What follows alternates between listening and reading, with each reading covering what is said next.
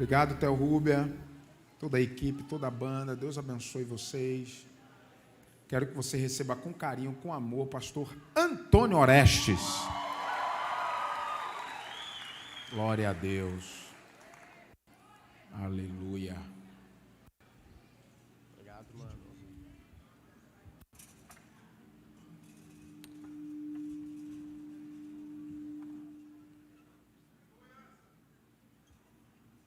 Valeu, bicho. Graças e paz, povo de Deus. Que bom estar aqui com vocês. Mais uma vez, retornando aqui, para a gente engrandecer aquele que é digno da glória, da honra, do louvor, da exaltação. Privilégio estar aqui, uma alegria estar com esse povo, ver essa moçada aqui, adorando a Deus, celebrando a Deus, com toda essa intensidade. Deus abençoe. Obrigado, pastor Ricardo, Deus te abençoe, a ti e sua casa.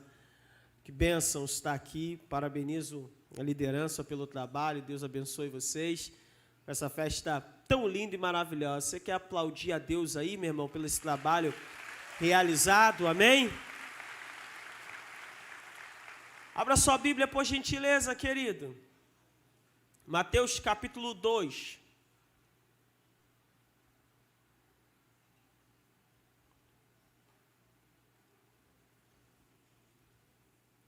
Mateus 2.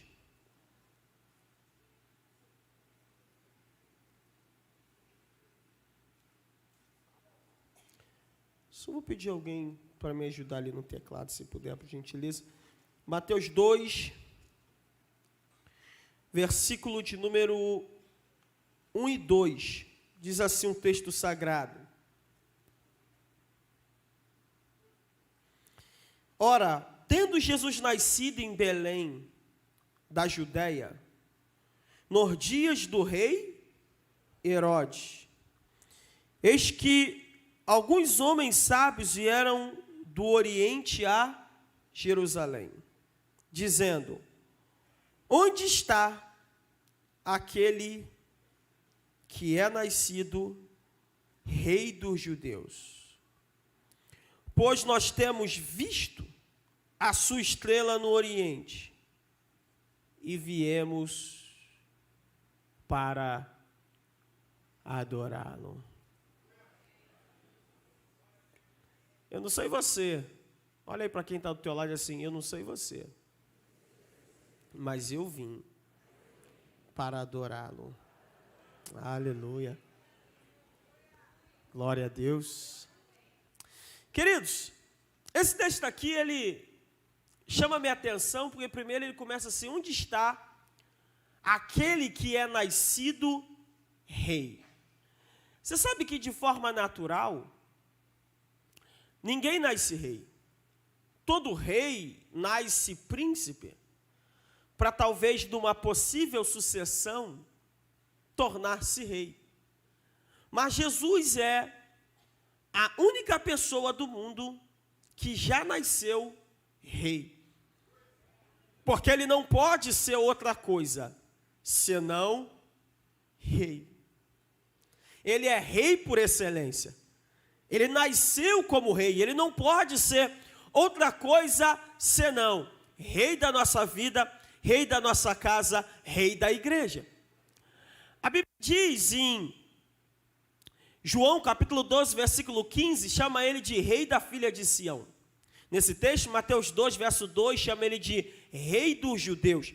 A Bíblia diz em Apocalipse 15, versículo 3, chama ele de rei dos santos. Zacarias 14, verso 9, chama ele de rei de toda a terra. Paulo vai dizer em 1 Timóteo, capítulo 6, versículo 16 e 17, ao rei dos reis e senhor dos senhores. E eu gosto do que está escrito no Salmo 24, do Senhor é a terra e a sua plenitude, o mundo e os que nele habitam. Quem subirá ao monte santo do Senhor? Quem estará no seu santo lugar? Aquele que é limpo de mãos, puro de coração, que não entrega a sua alma à vaidade, aquele que não jura enganosamente, este receberá a bênção do Senhor e a justiça do Deus da sua salvação. Esta é a geração daqueles que buscam a tua face, ó Deus de Jacó. levantai, ó portas, as vossas cabeças, levantai, ó entradas eternas, e entrará o Rei da Glória. Quem é este Rei da Glória? O Senhor forte e poderoso, o Senhor poderoso na batalha. Levantai, ó portas, as vossas cabeças, levantai, ó entradas eternas, e entrará o Rei da Glória. Quem é este Rei da Glória? O Senhor dos exércitos, Ele é o Rei da Glória. Nós estamos aqui na presença daquele que não perde eleição, não toma impeachment, aquele que o seu trono não muda, está sentado no alto e sublime trono. Ele é o Rei da igreja, Ele é o Rei do meu coração, e Ele é vencedor para todo sempre.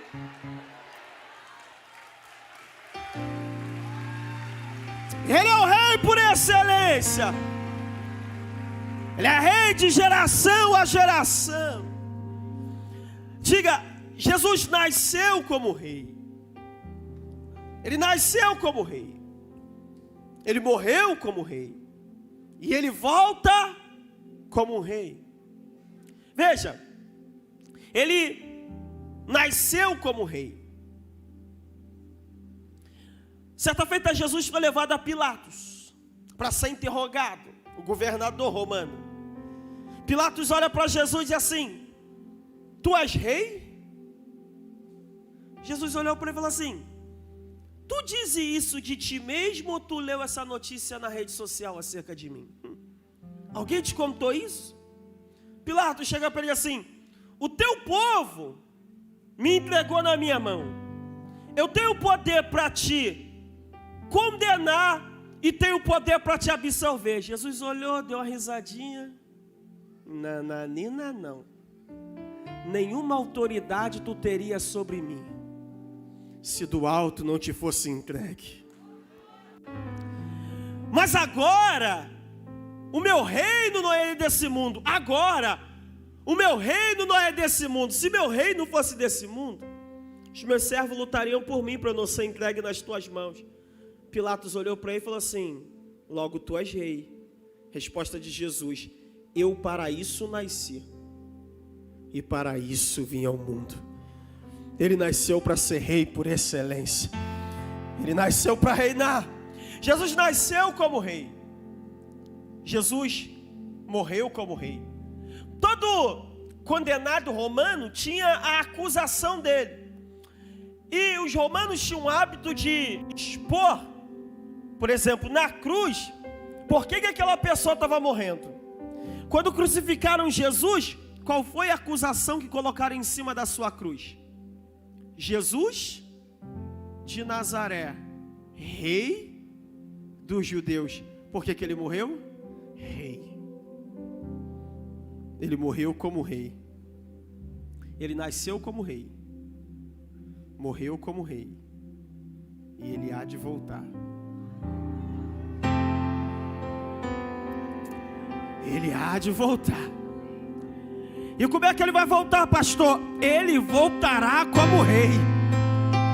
Só que ele não vai voltar como aquele Cristo dilacerado, como aquele Cristo crucificado, como aquele Cristo maltratado, como aquele Cristo rejeitado. Como é que ele vai voltar? Apocalipse 19, versículo 11. E vi o céu aberto, e eis um cavalo branco, e o que está sentado sobre ele chama-se Fiel e Verdadeiro, que julga e peleja com justiça. Os seus olhos são como chama de fogo, na sua cabeça havia muito diademas, e tem um nome escrito que ninguém conhece senão ele mesmo. Está vestido de uma veste salpicada de sangue, e o nome pelo qual se chama é a Palavra de Deus. E seguiu nos exércitos que é dos céus, montado em cavalos brancos, vestido de linho fino, branco e puro, e da sua boca sai uma aguda espada, para com ela ferir as nações.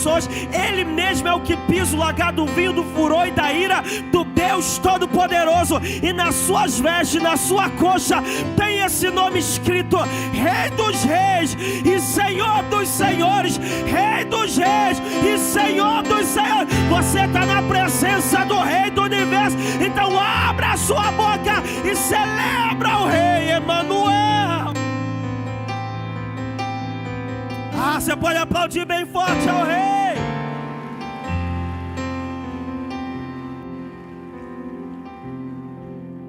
E Eles disseram: viemos adorá-lo. Diga comigo: viemos adorá-lo. Escute isso. A pergunta aqui é: o que é adoração? O que é adoração? A palavra adoração tem múltiplos significados. Na Bíblia, há vários termos para adoração. Então, adoração é, número 1, beijar a mão. Adoração é curvar-se. Adoração é prostrar-se. Adoração é render graças. O que é adoração? Bem dizer. O que é adoração? Agradecer. Dar a Deus ação de graça. O que é adorar a Deus? Adorar a Deus também é louvar, isto é, expressar para Deus palavras que demonstram a sua grandeza, seu poder e suas obras, e sua natureza. E se louvar é uma espécie do gênero adoração. O que é adoração, pastor? Adorar é oferecer algo a Deus. Quando eu oferto, eu estou adorando, eu estou oferecendo a Deus alguma coisa. O que é adorar? Adorar é servir. Salmo de número 100 diz: servir ao Senhor com alegria.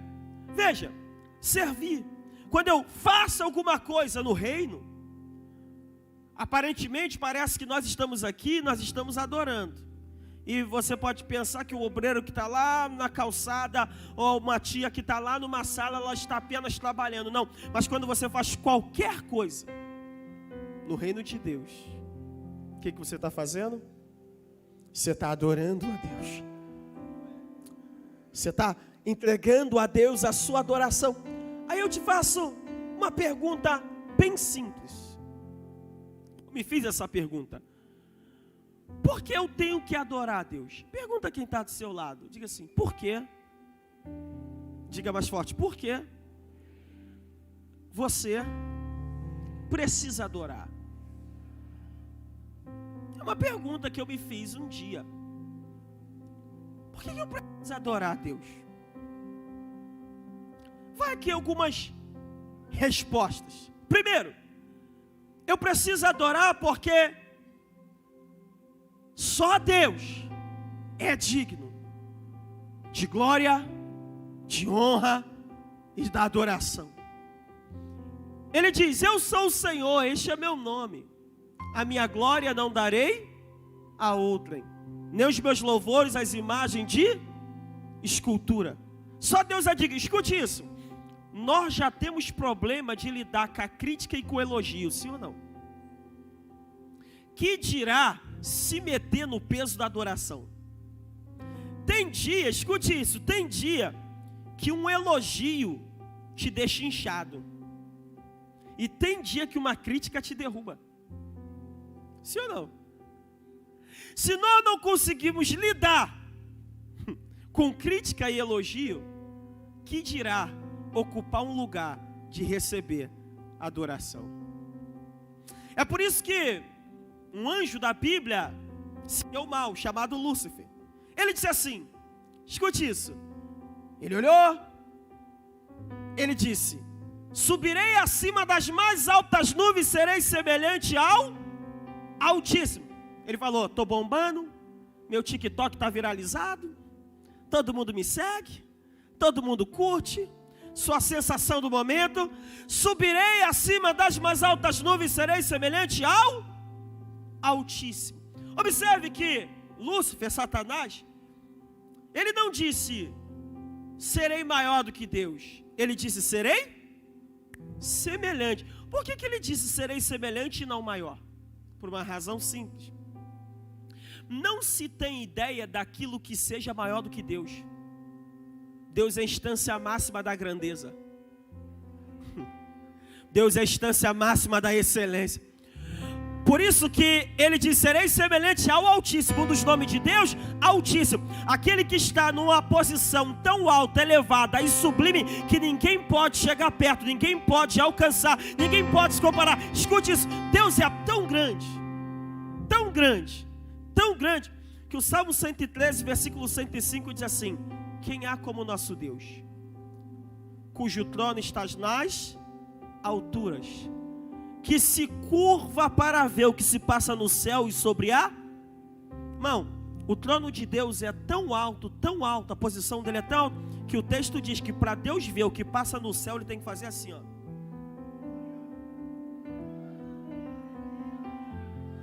Se para ele ver o que está no céu, ele tem que se curvar, imagine para ele olhar o que está na terra. E a Bíblia diz que os homens são como gafanhoto a seus olhos, as nuvens são como a poeira dos seus pés. Ele está sentado sobre o globo terrestre, ele chama as estrelas pelo nome e todas elas se comparecem diante dele. Agora olha para mim.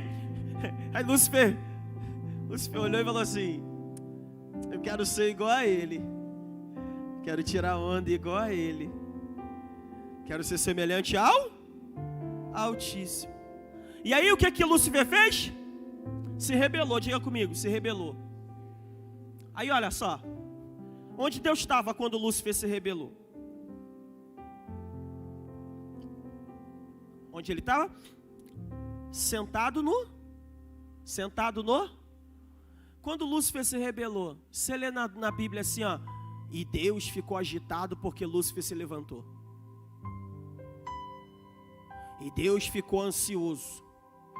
E Deus mandou aumentar a dose de Rivotril.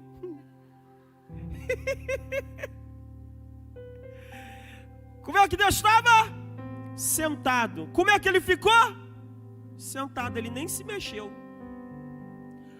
Pastor, por que Deus nem se mexeu? Imaginação minha, na mente de Deus. Deus pensando, se eu for lá é covardia.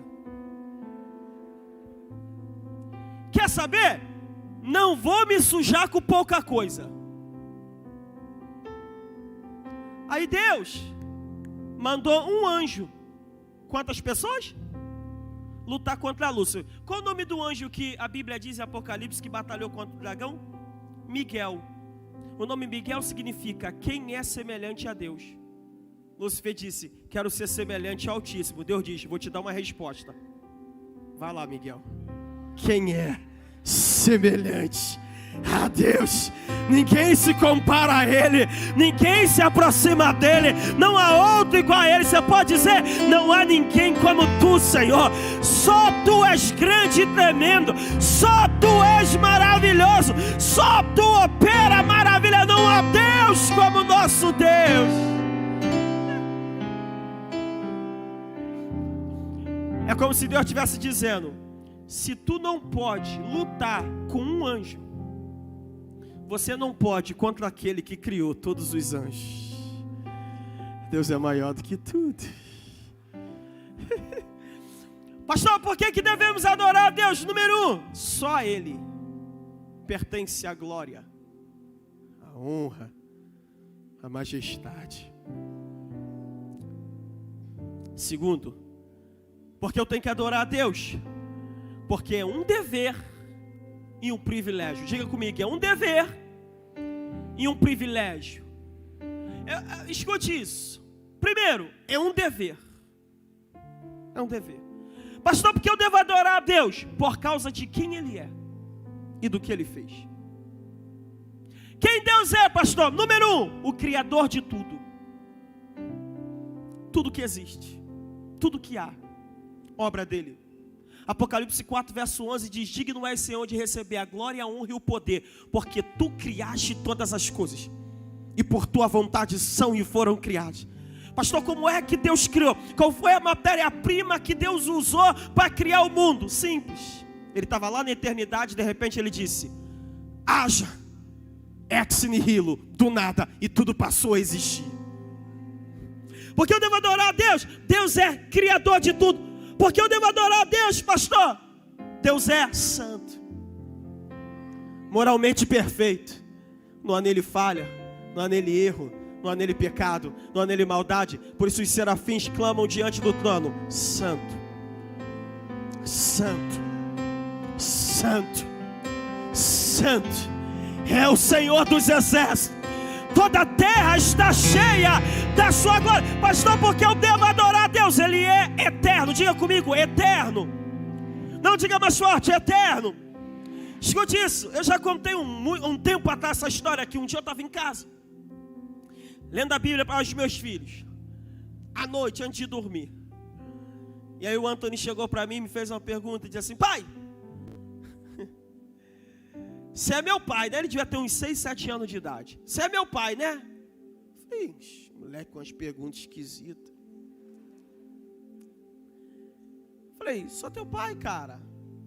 Ele: e tu é filho do vô, não é? Eu falei: não estou te entendendo, mano. Ele: não, peraí. O vô é filho do bisavô, e o bisavô do tataravô. E assim todo mundo até chegar em Adão, né? Falei: sim.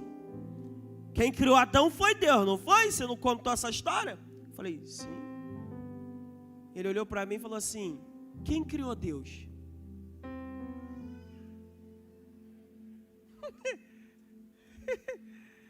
Quem foi que criou Deus? Eu olhei para ele e falei assim: ninguém. E ele disse: então como é que ele existe se ninguém o criou?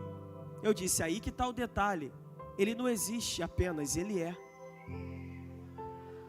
Ele é o Deus autoexistente, a causa da existência de todas as coisas. Ele olhou para mim e disse assim: não consegui entender. Eu falei: tampouco eu. Um Deus autoexistente, um Deus eterno. O que é eternidade? Aquilo que não tem princípio nem fim de dias. Na verdade, dias só se refere a mim e a você, porque Deus não vive no dia, porque Deus não vive no tempo. Quem vive no tempo sou eu e você. Deus vive fora do tempo, em uma estação que nós chamamos de eternidade. Salmo 90 diz: de eternidade a eternidade tu és Deus. E o que é eterno? Aquilo que não tem princípio nem fim. Diga: eterno.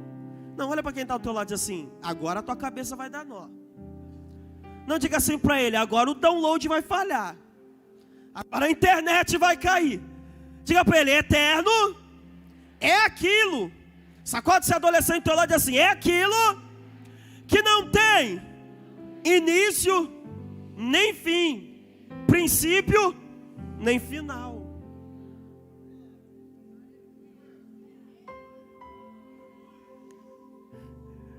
Pastor, por que vai dar nó? E se eu disser para você que Deus é mais do que eterno? Ele é mais do que eterno? Sim. Eternidade é aquilo que não tem princípio nem fim. Só que a Bíblia diz, Isaías 9, versículo 6: porque um menino nos nasceu, um filho se nos deu, o governo está sobre os seus ombros, o seu nome será Maravilhoso, Conselheiro, Deus Forte, Pai da eternidade. Aquilo que não tem princípio nem fim nasce dele. Ele é maior do que a própria eternidade. Ele é o alfa, o ômega, o princípio, o fim, o primeiro e o último. Tudo vem dele, para ele. A ele a glória para todos sempre. Devemos adorá-lo, porque Deus é eterno. Escute isso, meu irmão. É por isso que Deus, irmãos, Ele não fica surpreso com nenhum evento que acontece na terra. O evento assusta a mim e a você. Deus diz: meu filho, já vi isso na eternidade, já vi isso na época passada. Pastor, porque eu tenho que adorar a Deus? Eu tenho que adorar a Deus porque Deus é imutável. Diga: imutável. Ora, o que é imutável? Você sabe, imutável é aquilo que não muda. Escute isso. Quando você sai de bicicleta, de moto, de carro, você vai na praça, na rua, no mercado, por volta de 10 horas da manhã, principalmente se você é da região ali de Bangu, Realengo, Jesus Cristo, ali é quente, A penha é quente, mas realengo é especial. Deus botou uns 3 sol ali em cima de realengo. Os 3 sóis. Escute isso. O que você procura? Você procura uma sombra. Você procura uma? Aí você bota teu carro na sombra. Aí você vai fazer o que tem que fazer. Bota a bicicleta, sei lá o que, na sombra. Vai fazer o que tem que fazer. Quando você volta por volta de meio-dia, onde está seu carro, sua moto? Onde está? Porque a sombra variou. Tiago capítulo 1, versículo 16 e 17 diz assim, ó: todo dom perfeito vem descendo do alto, do Pai das luzes, em quem não há mudança, nem sombra de variação. As circunstâncias mudam, ele não muda. O governo muda, ele não muda. A economia muda, ele não muda. Ele continua sendo o mesmo de eternidade. A eternidade, pastor, e por que ele não muda? Ele não muda porque você só precisa mudar aquilo que está errado. O que é errado em Deus para ele mudar? Nada. Você só precisa mudar aquilo para melhorar. E o que Deus precisa melhorar? Em nada. Continua perfeito para tudo, o sempre. Quem veio aqui adorar esse Deus? Quem veio aqui dar esse Deus a glória? Quem veio aqui dar esse Deus a honra? Quem veio aqui desse Deus louvor? Agora eu disse que eu preciso adorar a Deus porque é um dever e é um privilégio. Diga comigo, privilégio. Ei, vou te fazer uma pergunta. Você acha que Deus precisa da nossa adoração?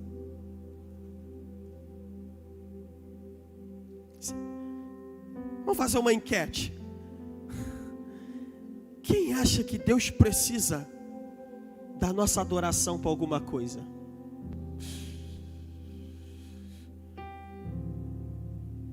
Não. Veja, tivemos um momento de adoração aqui extraordinário, tremendo, magnífica.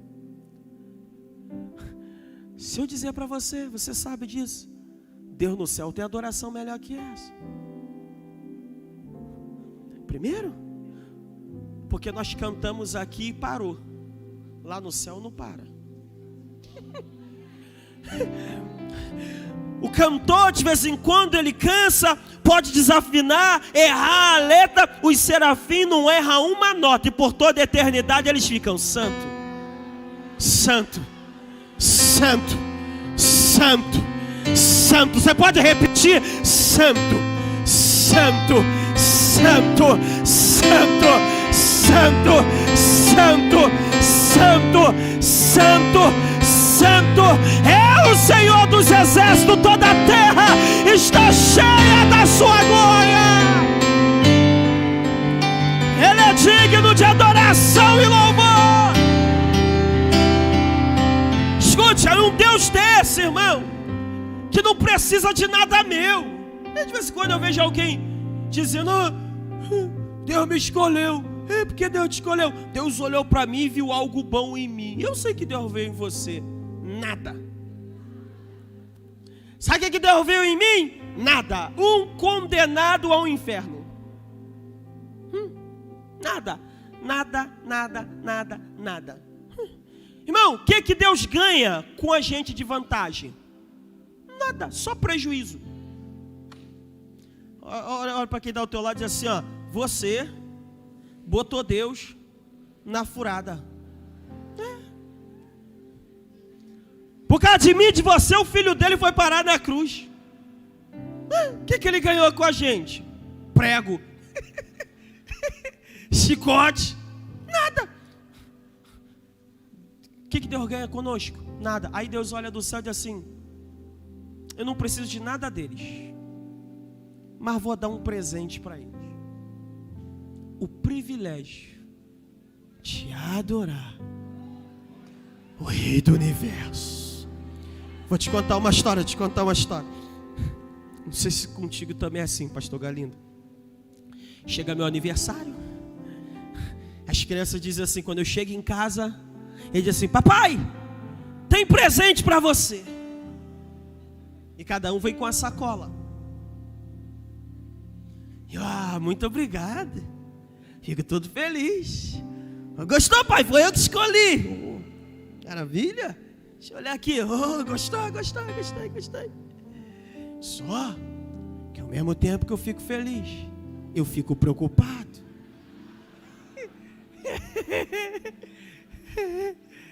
Por quê? Porque Dona Tânia guarda o cartão dela, pega o meu e dá para eles comprar o presente do papai. E na verdade eles vêm e me entregam. E quando eles me entregam, eu digo: comprei para o senhor, mas eles compraram do que é meu. E eu fico com cara de bobo dizendo: obrigado, papai, amor, mas eu estou pensando na fatura miserável. Mas eu fico fingindo que estou o máximo, porque eles compraram para mim daquilo que já é meu. Tu acha que dá alguma coisa para Deus? Deus finge que é teu, só para você devolver. Mas do que você está dando, nunca foi teu, sempre foi tudo.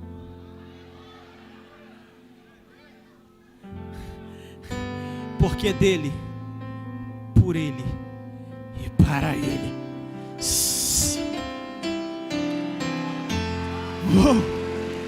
Todas as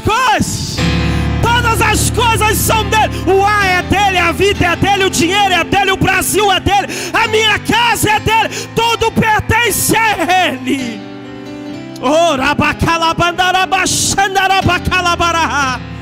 Tudo pertence. É um privilégio. Olha para quem está falando assim, é um privilégio. João Batista falando de Jesus disse assim, aquele que vem após mim é maior do que eu, cujas sandálias não sou digno de desatar. Sabe o que ele está dizendo? Na casa de um judeu que tinha dinheiro, que tinha grana, tinha um servo para receber a visita. Quando a visita chegava, o servo ficava lá para lavar o pé da visita. Então João falou assim: e para lavar o pé da visita, o que você tinha que fazer? Tirar a sandália. João está dizendo o seguinte, ele é tão grande que aquilo que o servo faz para o Senhor, nem isso eu posso fazer. Irmão, já que é um privilégio, coisa ruim é quando você dá um presente para alguém e ele é ingrato, é ou não é? E fica meio assim. Não, já que Deus te deu, diga para quem está do teu lado, já que Deus te deu, é um privilégio, então celebra com vontade, aproveita a oportunidade e adora esse Deus grandioso. Caminhando para o final, pastor, por que devemos adorar a Deus? Diga, devemos adorar a Deus. Obrigado, varão. Porque é uma necessidade. Diga, necessidade. Olha para mim, dobra a sua atenção. Dobra a sua atenção. Nos 10 mandamentos, quem lembra dos 10 mandamentos? A maioria, eu estou perguntando porque na igreja tem sempre novo convertido, sempre gente nova na igreja, é importante a gente lembrar. Nos 10 mandamentos, Deus deu lá regras, normas, princípios. Aí nos 10 mandamentos, engraçado que Deus não disse assim, não serás ateu. Tem lá escrito nos 10 mandamentos, não serás ateu? Não. Mas não devia de ter? Não, raciocina comigo. Deus cria tudo, dono de tudo, manda em tudo. Ele podia botar lá, não serás ateu. É a mesma coisa que eu entrar na tua casa, comer de tudo, aproveitar de tudo, olhar na tua cara e falar assim, tô nem aí pra tua. Sim ou não? Deus podia dizer, não serás ateu, mas ele não fez isso. Por que ele não fez? Deus é muito inteligente. Quando tu vê que o teu fubá, o umbu dele estava pronto há muito tempo. Escute isso. Pelo contrário, o primeiro mandamento é assim, não terás outros deuses diante de mim. Por que não terás outros deuses diante de mim? Guarde isso na tábua do teu coração. Filosoficamente, é possível ser ateu. espiritualmente é impossível. Por quê, pastor? Filosoficamente é possível ser ateu, espiritualmente é impossível. Vou te explicar. O homem foi criado por Deus e para Deus. Deus fez o homem do pó da terra e soprou nele. Então existe no homem um vazio que só a presença pode preencher. Então o homem tem uma necessidade natural de adorar a Deus. Quando ele não adora o Deus verdadeiro, ele procura alguma coisa para adorar, mas ele não fica sem adorar. Pastor, como é que você me prova isso? Nosso erro é achar que idolatria é apenas se curvar diante de uma imagem. Mas idolatria, diga comigo, idolatria é qualquer coisa que substitua o lugar de Deus. Pode ser dinheiro, pode ser fama, pode ser mulher, pode ser homem, pode ser posição, pode ser uma celebridade, qualquer coisa que substituir, pode ser um celular, qualquer coisa que substituir o lugar de Deus, ele vira Deus para você. Então, olha aqui para mim. Jesus está passando em Samaria e ele senta no poço.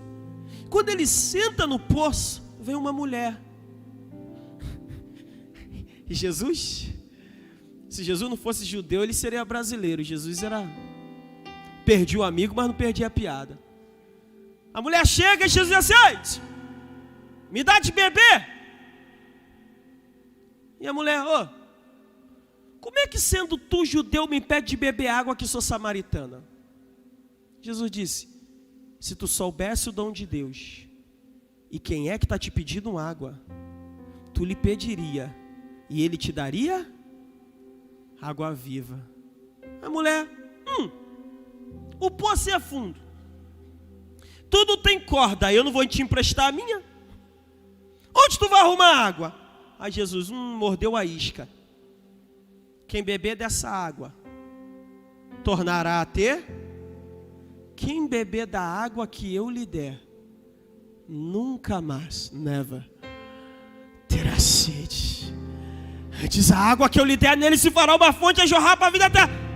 Aí a mulher, me dá de beber dessa água aí, para eu nunca mais voltar no poço. Tudo que Jesus queria. Vai lá e chama teu marido. Ela disse: não tenho marido. Jesus, tu disse bem, eu te conheço, tu é terrível. Tu já teve 5, e esse que você tem não é teu não, tá? Aí ela, agora escute ela. Vejo que tu é profeta, hein? Jesus, não, andei futucando no teu Facebook, te olhei lá no TikTok. Aí olha só, quando Jesus falou do pecado, ela disse assim, vocês dizem que tem que adorar em Jerusalém, nós dizemos que tem que adorar nesse monte. Observe que quando Jesus fala do pecado, do que a mulher fala? De adoração. Parece que não tem nada a ver uma coisa com a outra, só parece.